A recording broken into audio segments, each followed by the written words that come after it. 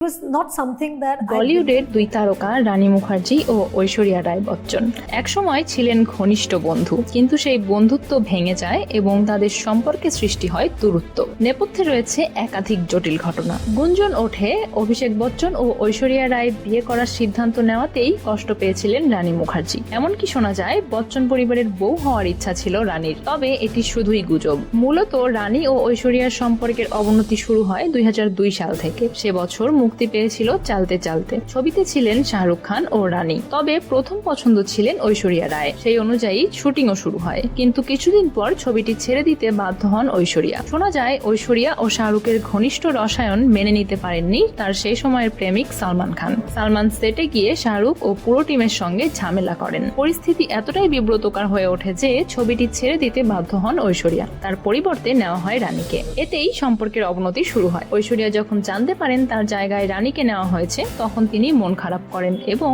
রানীর সঙ্গে কথা বলা বন্ধ করে দেন। এখানেই শেষ নয়, পরবর্তীতে যখন অভিষেক ও ঐশ্বরিয়া বিয়ে করেন তখন রানীকে আমন্ত্রণ জানানো হয়নি। এক সাক্ষাৎকারে রানী মুখার্জি বলেন, আমার কিন্তু ঐশ্বরিয়ার সঙ্গে কোনো সমস্যা নেই, ওর থাকতে পারে, সে নিজেই আমার সাথে কথা বলা বন্ধ করে দিয়েছে। তবে আশা রাখছি সামনে দেখা হলে সব ঠিক হয়ে যাবে। তবে পরবর্তীতে বহুবার তাদের মুখোমুখি দেখা হলেও সম্পর্ক আর স্বাভাবিক হয়নি।